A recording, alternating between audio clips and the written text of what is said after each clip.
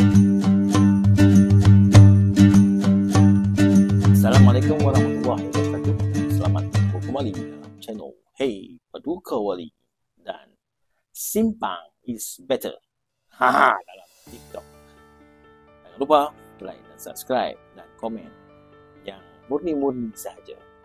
Pada kali ini saya nak buat sambungan mengenai satu terusan yang kita katakan paling tua dan yang tertua di Semenanjung Malaysia. Pada asalnya, cerita pasal terusan ni sebenarnya saya sentuh secara tidak langsung dan kadang-kadang saya rasa mustahak disentuh dalam satu siri podcast dengan Silsilah Poleh 09 sebelum ni.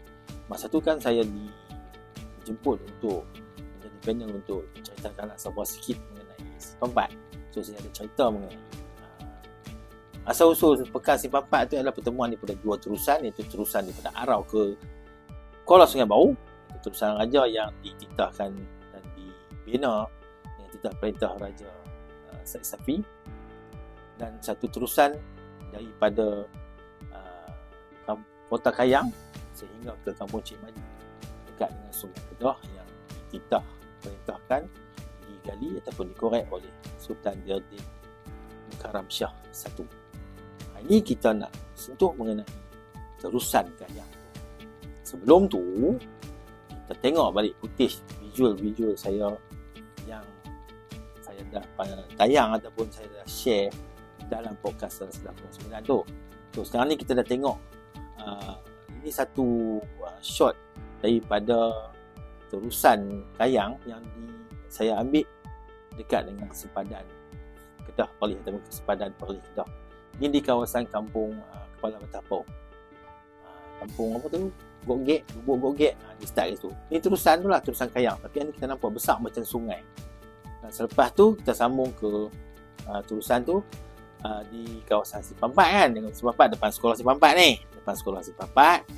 Tapi terusan tu dah dikambus untuk buat kawasan keperluan-keperluan untuk inilah urus niaga seperti Pasar Ramadan, Pasar Tani pun semua ada letak kat situ. Sampai ke kawasan pusat ni orang kata food court lah, tempat makan minum di Simpang tu, macam dalam gambar ni lah, dalam putih.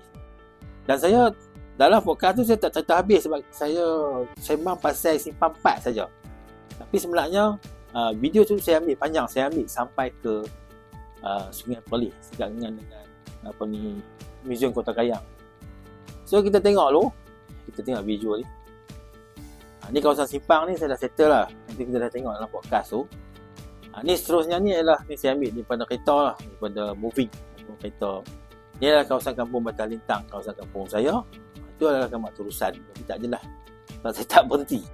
Depan tu lagi di bawah Mali saya berhenti. Yang ni saya berhenti di depan sekolah.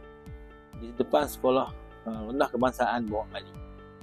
Ini adalah shot ataupun pandangan daripada depan sekolah bawah Mali.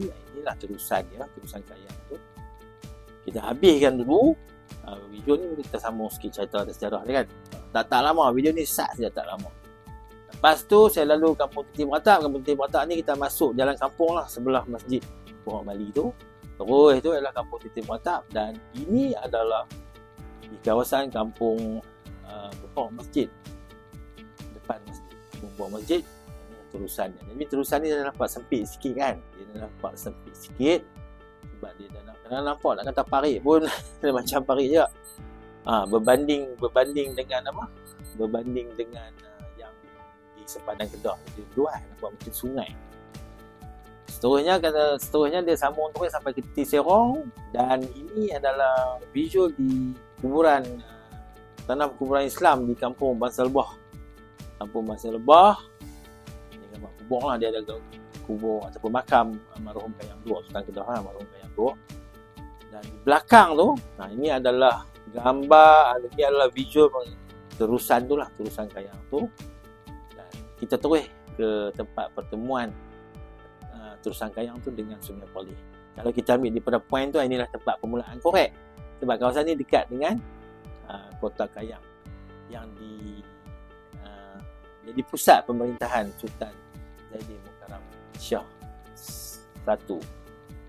Ini kawasan pertemuan dia. Ada tanduk kan, ada tanduk Sungai Poleh. Yang satu lagi tu ada Tusang Gayang. Depan tanduk tu ayam Sungai Poleh tu keluarlah dia mengalir ke Selat Tanduk, Pulau Poleh lah kan.